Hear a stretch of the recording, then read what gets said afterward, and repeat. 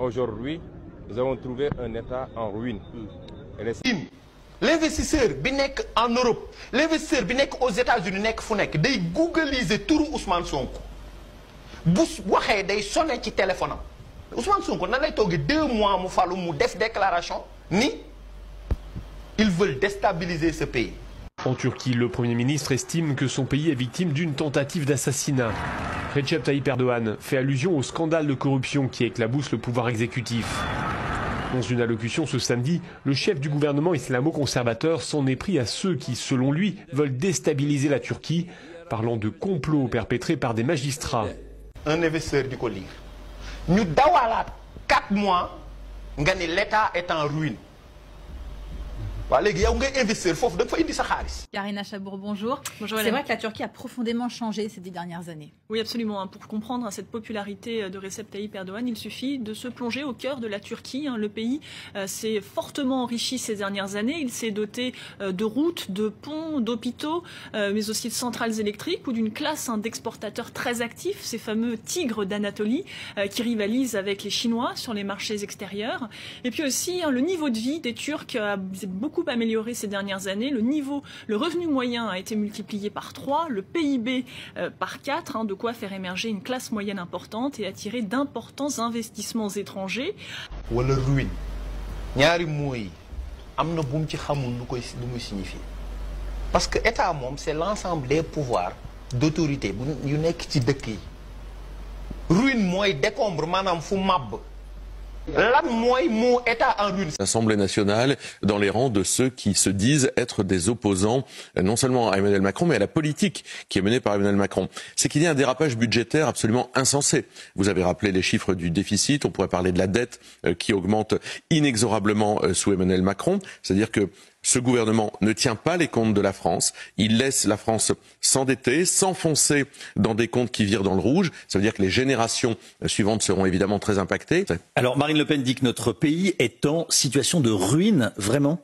Oui, absolument. Il ruine la France, il ruine les Français. Savoir monter la criminalité organisée dans certains quartiers de l'Hexagone français, en métropole, on se dit qu'on en prend, hélas, peut-être un peu le chemin. Il n'y a pas 36 solutions. Je pense que Mayotte, c'est le symbole de la ruine de l'État. C'est un État en ruine. État en ruine. C'est ça, ferme ta gueule. Il y a des mecs. L'État est en ruine. François Fillon n'a pas hésité à affirmer que la France est en situation de faillite financière. Je suis à la tête d'un État qui est en situation de faillite sur le plan financier.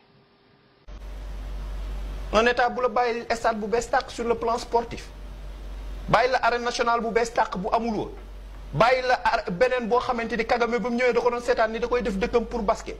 Le Parc des Princes, l'Orange Vélodrome, le Groupama Stadium, le Stade Louis II, le Stade Pierre-Mauroy, le Roazhon Park, le Stade de la Beaujoire. Il dit que notre pays est en situation de ruine. C'est le symbole de la ruine de l'État. Je suis à la tête d'un État qui est en situation de faillite sur le plan financier. Un État en ruine, c'est moins État boo xam ne le président voyage 17 fois en moins de 4 mois. En 2021, le président a effectué 54 voyages en avion, alors qu'en 2019, il en a fait 108 pour 14 millions d'euros. En 2010, Nicolas Sarkozy présentait quant à lui des notes de 8 millions d'euros pour ses vols présidentiels. Je suis à la tête d'un État qui est en situation de faillite sur le plan financier. Il dit que notre pays est en situation de ruine. C'est le symbole de la ruine de l'État. Presque 130 milliards de salaires par mois, masse salariale. Ça, c'est un État en ruine. Avec plus de 5 millions d'agents, la fonction publique, c'est un emploi sur 5 en France. En Suisse. Bien, et on devrait faire la même chose. Donc Nicolas Bavrez, jamais l'État n'a été aussi protecteur. Mais il est protecteur, mais il est faussement protecteur, parce qu'en même temps, il est ruiné. Donc bàyyi la TER bu bees tàq bàyyi la BRT bu bees tàq bàyyi la yeneen université yu bees. La France compte plus de 3500 établissements, publics et privés, d'enseignement supérieur, 72 universités, 25 communautés d'universités et d'établissements, 271 écoles doctorales. 227 écoles d'ingénieurs habilitées à délivrer le titre d'ingénieur, 220 écoles de commerce et de management, 45 écoles supérieures d'art. Donc Nicolas Bavrez, On doit faire la même chose jamais, aussi parce que- jamais l'État n'a été aussi protecteur. Mais il est protecteur, mais il est faussement protecteur, parce qu'en même temps, il est ruiné. Donc, bàyyil la ay autopont. Allez, ferme-la. Allez, taisez-vous, physiquement, fermez votre bouche. Mais quel crétin, mais c'est pas possible d'être con comme ça.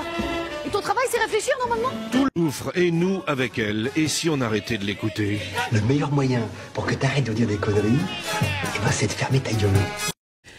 sama gars yi waa APR de temps yi waa ji lañ gemb quoi nee nañ mooy seen meilleur chroniqueur nee nañ mooy borom xam-xam bi nee nañ instant yi moom mu ngi bëgg a rey état bi loolu la ñu wax asalaamaaleykum sama gars yi maa leen di ziare bu baax a baax di leen jox seen wàccuwaay di leen dalal seen YouTube di leen wax ngeen di abonné di like vidéo yi di leen wax ne maa ngi ànd ak Serigne Moustapha Mbacké di seetu Serigne Abdou Lahad Mbacké di ñaankat boobu nga xam ne lépp lu jëm ci wàllu ngóor rek yàlla defal na ko si tawfeex bu baax a baax ku si am jafe-jafe da ngay daal di jokkoo ak Serigne Moustapha ci numéro bu baax bi mais day ñaan tamit day li si xaar waa APR waa ji lañ def seen chroniqueur de tous les temps instant bi nag moom moo fi nekk quoi ndaxte gis naa ñu ngi koy partager ñenn ñi ñu ngi koy apprécier ñenn ñi si moom nee nañ borom xam-xam la quoi moo tax mu am fit nee na day corriger président Ousmane Sonko nee na daf koy corriger daf koy tegaat ci raay yi voilà yow nag comme moom da nga bëgg a corriger ko sell ki ñun xale yu ndaw yi ñun ñoo lay corriger xamal la ne la xamoo dara ci àdduna xamal la ne la xamoo nu àdduna bi doxee xamal la ne la xamoo nan la ñuy yoree am réew quoi sa waay yow fi mu toll nii li ngay def nii dafa yomb mooy toog ci sa plateau di xawee ko rek di wax te man li ma gën a métti xam nga barki dee mu ñëw naa si yow ñëwaat naa si yow tey dama bëgg nga régler te toog yam xam sa bopp sa waay temps yi bari nga wax de temps yi bari nga wax lool waaw te maa ngi gis gars yi di la ngemb di la dooleel di la may fit comme si yow da nga maanaam da nga maîtriser àdduna bi quoi hey looloo la may fit nii nga ne da ngay corriger Ousmane Sonko waaw kaay ñu corriger la yow kaay fii ñu corriger la wax la ne la yow xamoo dara parce que ku xam dara du xalaatee ni ngay xalaatee ku xam dara du wax li ngay wax nii tous xamoo ko tous plateau boobu ñi fay toog ñëpp yow yaa ci gën a niil te li ma gën a metti mooy di nga yóbbaale ñenn ñi quoi li ma gën a metti loolu la ñenn ñi fay toog sax parfois yow maanaam sañ-sañ bi ngay waxee bu ñu amee tuuti complexe duñ la weddi quoi te fekk ne li ngay wax xamoo si dara nga yaakaar ñu dañuy toog bàyyi la noonu ngay ratatati di wax loolu la saf boo seetaanee sama vidéo bi nga tontu génn nga wax président Ousmane Sonko du seen morom président Ousmane Sonko ba muy jàngoo leen président Ousmane Sonko ba muy maîtriser ordre mondial bi ni muy doxee àdduna bi ni muy doxee ba mu koy maîtriser boobu yéen a ngi dawal mbege président Ousmane Sonko li nekk ci boppam bi damit bi nekkul ci seen bopp yi kon kooku xale bu ndaw du taxaw fee naan daf koy jéem a corriger Ousmane Sonko lu mu wax xam na ko ñun ñu ko wóolu ba jox ko suñuy carte xam nañ li ñuy def voilà yéen ci réew mi ngeen bokk ba wote jotee wooteelu leen woon ko instant bi ñun ñoo ko wóolu ñoo ko voteel toog leen ngeen seetaan rek yéen instant yi yéen amoo leen loo leen wax bu dem bu seeni pexe jugoon heure bii ñoo nga ca kaso ba ñu naan 10 ans la ñuy tëdd ak 15 ans la ñuy tëdd voilà yàlla ne du fi amee tey yéen ñëpp la seeni intérêt menacé wu moo tax ngeen di teeli ak di rajaxe te kuñ ci lañ bëtu say dossier rek yow nga dem toogi quoi waaye di ngeen xam ne fi ngeen ñuy fekk ñun amuñu seen complexe boo leen waxee ba yéeg si asamaan si ñu wàccee waat leen ba ci suuf fi ngeen ñuy fekk ñoo leen gën a nekk ay xale ñoo leen ëpp jot ñoo leen gën a mën a def ay recherche da ngeen di dem nag balaa ngeen di wax ci benn affaire ngeen dem gëstu ko ba maîtriser li ngeen di wax lu mu doon mais dégg pro wax rek nga ñëw nga ne da nga koy corriger quoi ba mu amati jox naa la sa toroxal tey ba mu amaat waaw ñu ngi lay xaar fii quoi. da nga jox hélas de. waa ñëwal joxe hélas. di ñaanal opposition bu bees bi. opposition bu bees bi di leen ñaanal di ñaanal opposition bu bees bi nañu opposé tali bi yaatu na rëkkëram moseen yaa ngi fi liif yaa ngi fi këram na leen yaa ngi fi barricade yaa ngi fi ñu leen di ñaanal ñu dund lool ci jàmm ak salaam yaa na yàgg waaw vraiment c'est un président Tafa rek ba ne lu wér waaye lu wér ba mel ni fas gi nag laa gis ko fas gi nag kenn ku nekk xam na Cheikh Sidil Muxtaar muy maam ci Cheikh Abdoul Aziz borom kër ngan nag ki nga xam ne nag moo doon juróom-ñaari xalifa Serigne Touba baatin ba wër ko lool waaye nag mu doon ko ci maamam Cheikh Mouhamadou Lamine Serigne Abdoul Aziz mii doon fas gi ci maamam Cheikh Sidil Muxtaar Serigne bi may dégg ñu naan fas gi ku ko takk maanaam tan gaañ nag nee na tungulu di teew gaañ na daal mbàkke yaaram yaa ngi nii gaañaa ngi ñi ngi lay seetaan waaye fas gi daal man daa am ku ko jële woon ci man ñu ma fasu Serigne Abdoul Aziz ma ni kon dinaa seeti Cheikh Abdoul Aziz kon mbàkke yaaram fas gi lan moo waral fas waaw sëñ Lamine fas gi dama bind ak xasida ndax sax màggalu Mbàkke Kajoor rek damay bind téere yóbbul ko sëñ bi ba mu ko bindee yóbbul ko sëñ bi fekk amoon na genn góor goo xam ne ma nga woon Kajoor ñëwoon ci sëñ bi di ko jàmbat ab tawatam te xam nga buñ ne sëñ Sidi Muxtaar dañ naan sëñ Baara te ñoom ay cheikhul murabbi lañ dañoo yilif mboolem